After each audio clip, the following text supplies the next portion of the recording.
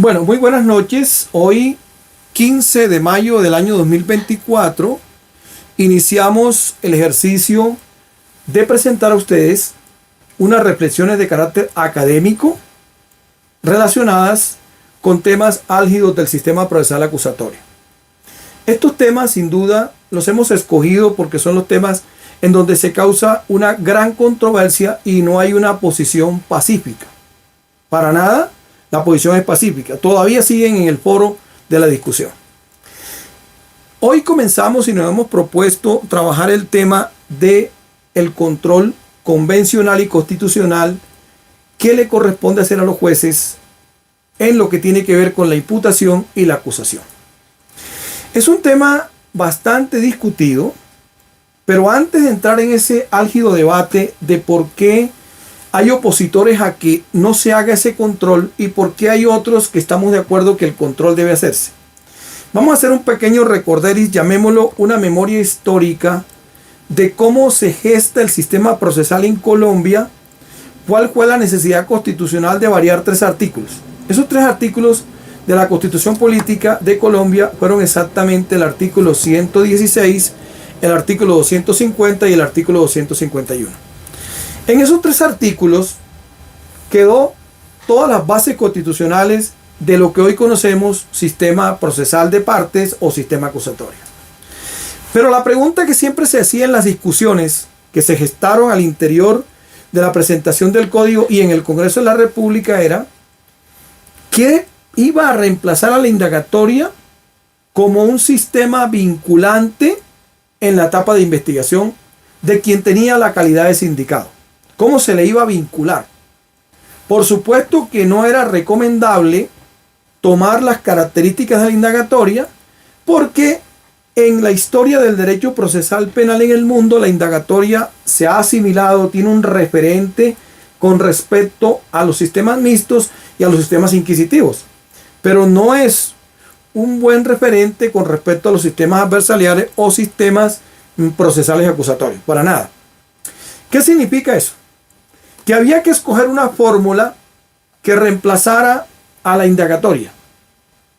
Y se llegó a la conclusión que debía ser lo que hoy se denomina la imputación.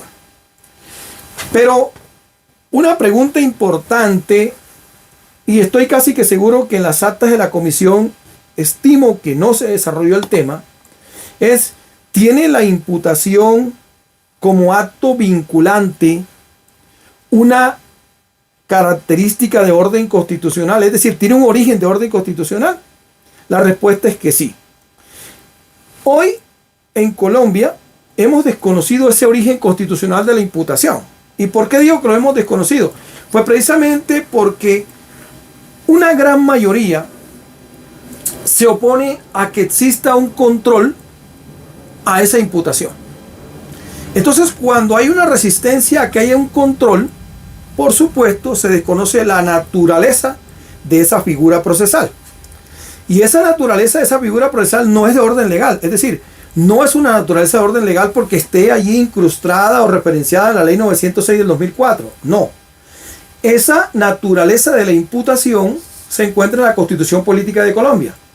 Precisamente lo podemos constatar en el artículo 29 de la Constitución Política, cuando, comillas, dice: nadie podrá ser juzgado sino conforme a leyes preexistentes, al acto que se le imputa ante juez o tribunal competente y con observancia de la plenitud de las formas propias de cada juicio.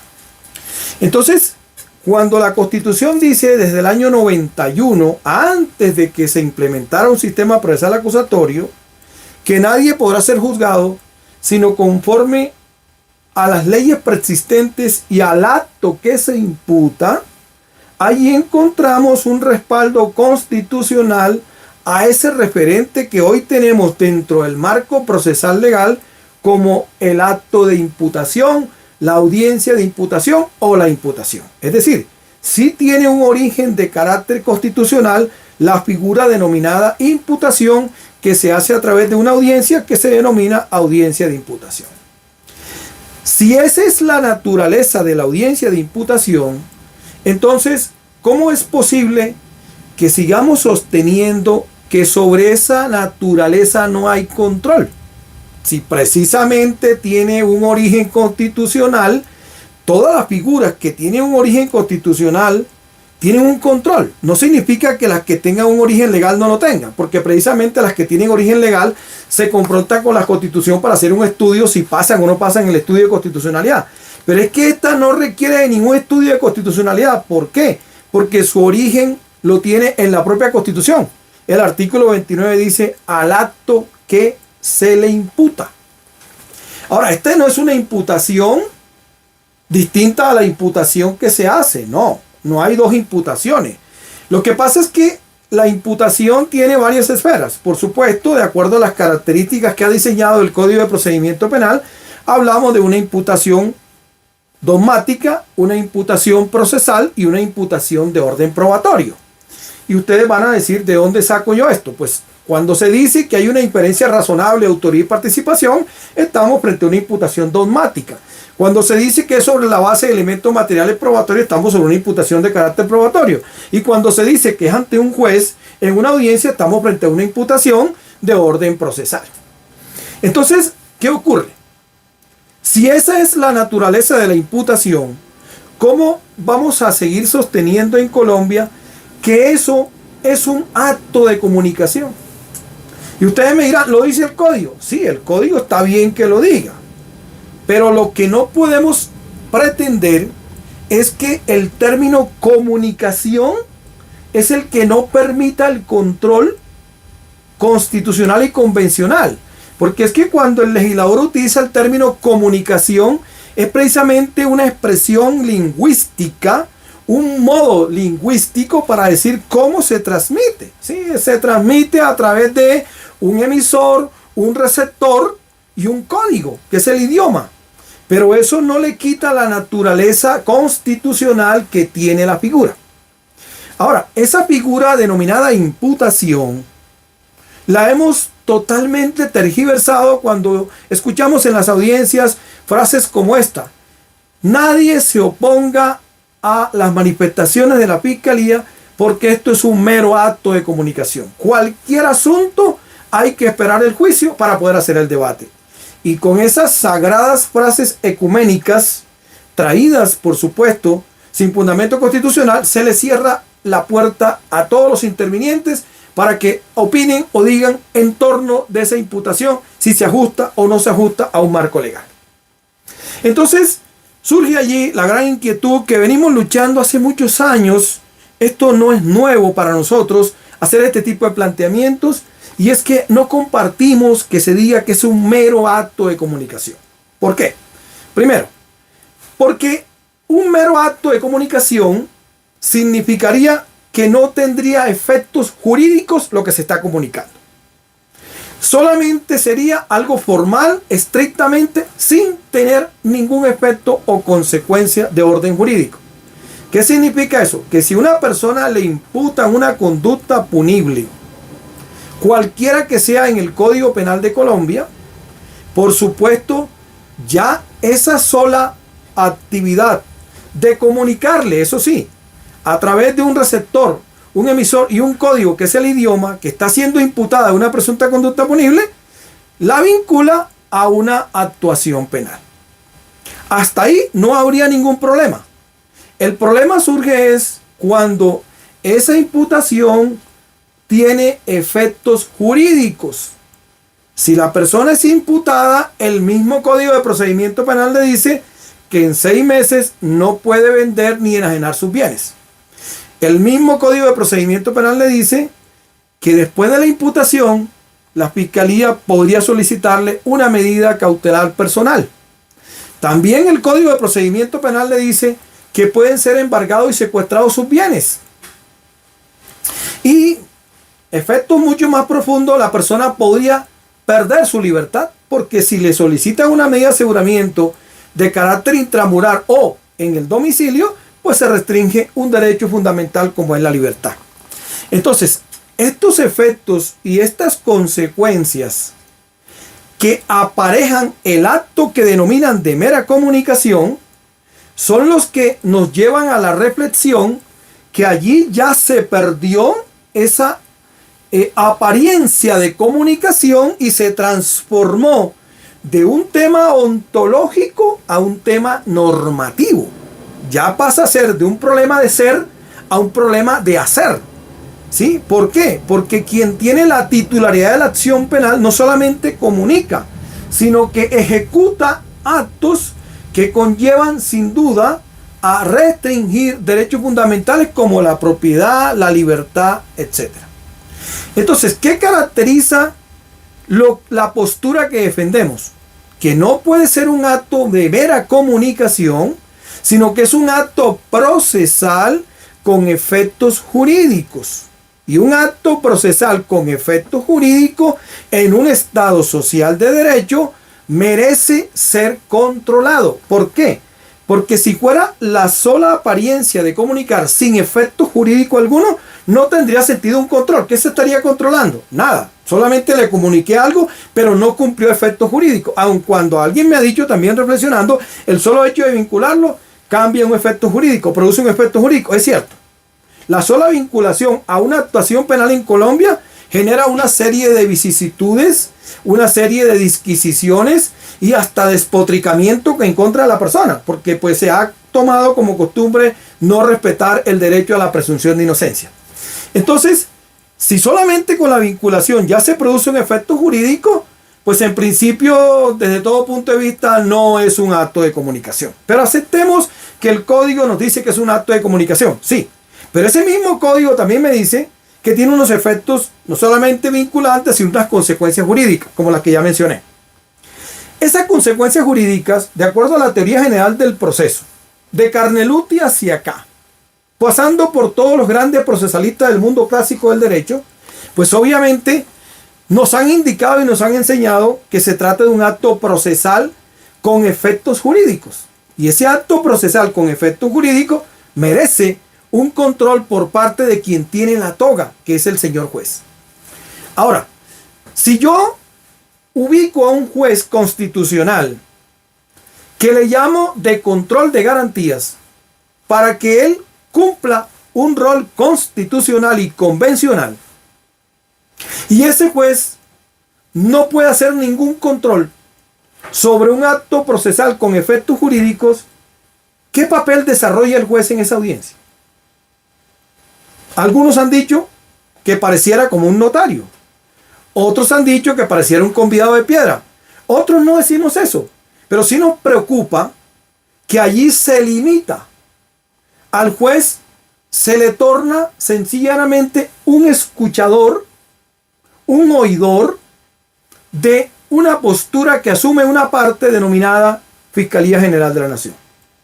Y el juez ni aprueba ni imprueba. Es decir, pareciera un sujeto neutro, porque si aprueba, entonces significaría que estaría totalmente de acuerdo con ese planteamiento. Y si imprueba, también le dicen que no tendría esa facultad porque eso vulneraría el principio de imparcialidad y él entraría a terrenos vedados por ser terrenos de quien tiene la postura de presentar la actividad de imputación. Entonces, hoy en Colombia, la audiencia de imputación se ha vuelto eso, una mera comunicación sin tener ningún control. Y allí comienzan los grandes problemas del sistema procesal acusatorio en la actualidad. ¿Por qué? Porque el 90%, no voy a ser tan riguroso, pero sí voy a colocar el 60% de las imputaciones que se realizan en Colombia, en las cuales no existe control por una postura, digamos, bastante timorata en decir que el juez no puede vincularse al ejercicio de control bajo el supuesto de que se rompe la imparcialidad y que no existe una norma que lo contemple. Ya vamos a decir que sí hay norma que contempla la posibilidad del control. Eso ocasiona el primer problema que les voy a mencionar. El 60% de las imputaciones en Colombia, bajo el criterio de la inferencia razonable de autoría y de participación, como primer presupuesto o primer estándar probatorio, ese 60% bajo ese presupuesto de inferencia razonable, autoría y participación es el mismo con el que se acusa. ¿Qué quiero decir? Que la fiscalía hace una imputación en el mes de febrero y supongamos que tiene 60 días o 120 días y una vez vencidos esos 120 o esos 60 días, acorde, por ejemplo, en un caso de una persona privada de la libertad, entonces uno va y revisa esa acusación que hace la fiscalía y la compara con la imputación y no ha cambiado absolutamente nada. Es decir, pasaron 4 meses en donde la fiscalía no ejercitó ningún acto de investigación, se conformó con los actos de investigación con los que ya tenía estructurada una imputación, lo único que hizo fue dejar pasar el tiempo y presentar eso que hoy llamamos escrito de acusación para cumplir con ese requisito. Pero miren una cosa bien importante y es, ¿eso es posible? Que la fiscalía con el mismo estándar probatorio con que presentó la imputación sin control por parte del juez, vaya y presente la acusación cuando la legislación procesal penal me dice que la imputación se tiene que hacer con una inferencia razonable de autoría y participación y la acusación se tiene que hacer es con un estándar probatorio de probabilidad de verdad? Es decir, da lo mismo hacerlo con el estándar de inferencia razonable cuando la exigencia es probabilidad de verdad, siendo que eso pertenece a un campo de la filosofía y es la teoría del conocimiento que hoy no voy a profundizar. Entonces, si da lo mismo, estamos llegando a una conclusión. No se necesita la imputación, porque da lo mismo con los mismos elementos materiales probatorios, con el mismo estándar probatorio, llegar a un renglón superior que ya no es inferencia razonable, sino probabilidad de verdad. Y entonces, ¿cómo logré pasar de la inferencia razonable a la probabilidad de verdad cuando no tenía elementos materiales probatorios? ¿Cómo logré yo hacer eso como fiscal? ¿Sí? ¿De qué manera lo logré hacer? ¿Por qué? Porque si yo quiero llegar, mis queridos y estimados colegas, si yo quiero llegar al estándar de probabilidad de verdad, fue porque bajo el principio de progresividad avancé entre el momento en que imputé y el momento en que acusé. Porque si el momento en que yo imputé y el momento en que yo acusé son los mismos medios de conocimiento, entonces la imputación sobra. Pues directamente lo que se pretendía hacer es como se hacen los sistemas abreviados. De una vez acuso. Porque de esa manera no desgasto al Estado durante muchos años, 4, 5 y 6 meses, ya que arribo a la misma conclusión bajo un estándar probatorio mínimo que se llama inferencia razonable. Y voy subiendo probabilidad de verdad y llego a juicio, más allá de toda duda. Pero si hago lo mismo con lo mismo, sin avanzar en nada, entonces, ¿quién está perdiendo el tiempo? ¿El Estado? ¿El sindicado? ¿La víctima? En fin, no sabemos qué pueda pasar allí. Pero lo único cierto es que sí es necesario el control. ¿Por qué es necesario el control de la imputación? Pues precisamente para evitar este tipo de situaciones. Y más adelante el control de la acusación. Porque si el juez revisa que lo que tiene la fiscalía estrictamente le da para una inferencia razonable, no es que el juez le va a decir tráigame medios de conocimiento para una probabilidad de verdad. Pero hay que revisar verdaderamente hasta dónde tiene futuro esa inferencia razonable para poder pasar a una probabilidad de verdad. Obvio que el juez no va a ordenar pruebas, el juez no se va a meter de oficio a decirle qué hay que hacer, pero el juez sí tiene que hacer una revisión dogmática, probatoria y procesal para mirar qué futuro tiene esa imputación hacia el campo de la probabilidad de verdad. Ustedes me dirán que estamos lejos de esto. No, en el derecho no estamos lejos a nada. Es una voluntad política del Estado en corregir aquello que no le está funcionando. Pero no podemos corregirlo bajo argumentos un poco simplistas, como decir que eso va a comprometer la independencia del juez, cuando el juez se llama de control de garantía y es juez constitucional y no juez legal. ¿Sí? Cuando el juez de control de garantías no hace otra cosa distinta que ofrecernos la posibilidad de que la Constitución se cumpla en punto del ejercicio de la acción penal. Y que no hay norma existente para hacer ese control. Que en ninguna parte del Código de Procedimiento Penal se dice que hay que hacer control porque en la comisión redactora retiraron esa parte. No, sí existe norma y lo voy a demostrar, y es una norma de carácter constitucional que sí nos permite hacer el control. Entonces, vamos avanzando en pretender llegar a eso que se llama acusación. Pero para que yo llegue a la acusación como fiscal, el presupuesto del estándar probatorio es distinto. Ya no me habla de inferencia razonable del artículo 288 de la ley 906. Ahora me habla de probabilidad de verdad. ¿Y qué diferencia hay entre la inferencia razonable y la probabilidad de verdad? Pues tiene que existir una diferencia, porque de lo contrario no existiría una distinción como un estándar motivacional de prueba o de medios de conocimiento. Si fuera lo mismo, no tendría sentido todo este ejercicio dialéctico que estamos haciendo, ni tendría sentido las diferencias sustanciales que se trabajan en el derecho probatorio.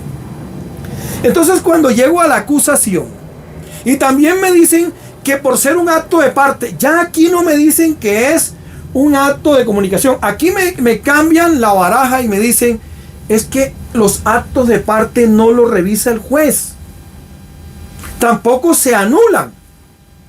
Y yo me pregunto, ¿qué es un acto de parte? Es decir, ¿qué es eso de un acto de parte? En principio la respuesta es una sola. En un sistema acusatorio hay dos partes. Uno se llama la defensa, otro se llama la fiscalía. Y los demás le llamamos intervinientes. Llámese víctima, llámese representación de la Procuraduría, etc.